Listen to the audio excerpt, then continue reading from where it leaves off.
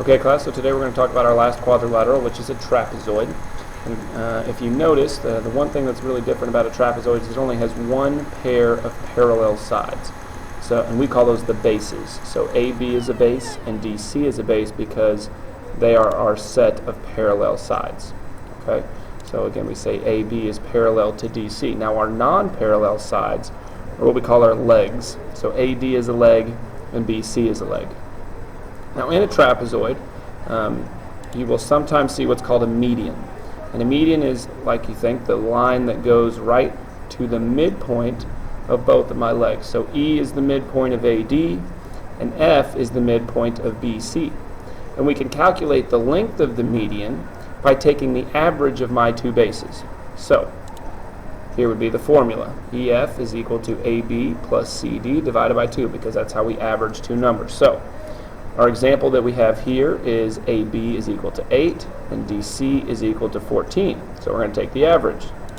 We do 8 plus 14, which equals 22, and then divide it by 2, and we get 11. So the length of EF is 11. And if you think about it, it's right in between, because it's 3 away from 8 and it's 3 away from 14. So it's right in the middle.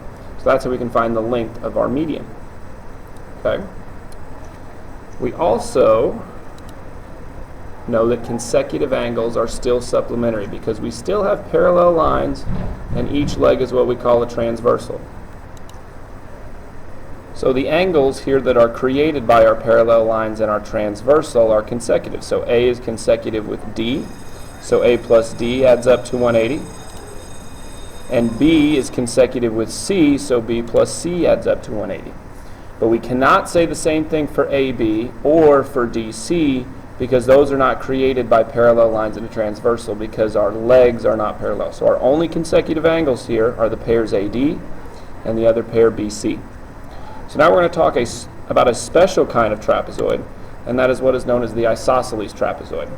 And the unique characteristic that makes it an isosceles trapezoid is that the legs are congruent. So again, AD is a leg and BC is a leg, and since these legs are congruent, that's what makes it an isosceles trapezoid.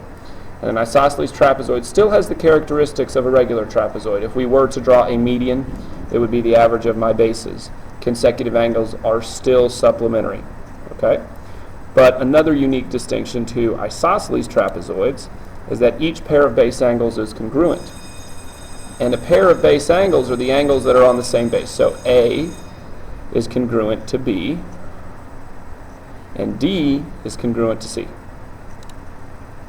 There you have A and B are congruent, and D and C are congruent. Now they're still supplementary. A plus D still adds up to 180, and B plus C still adds up to 180. But in an isosceles trapezoid, A and B happen to be congruent, and D and C happen to be congruent. And the last thing that is unique to an isosceles trapezoid is that the diagonals are also congruent. Okay? So AC is going to be congruent to BD. So these two diagonals that we've drawn are now congruent, and they create two congruent triangles. ADC is going to be congruent to DBC. Okay? So this concludes our notes on trapezoids, and I will see you tomorrow in class.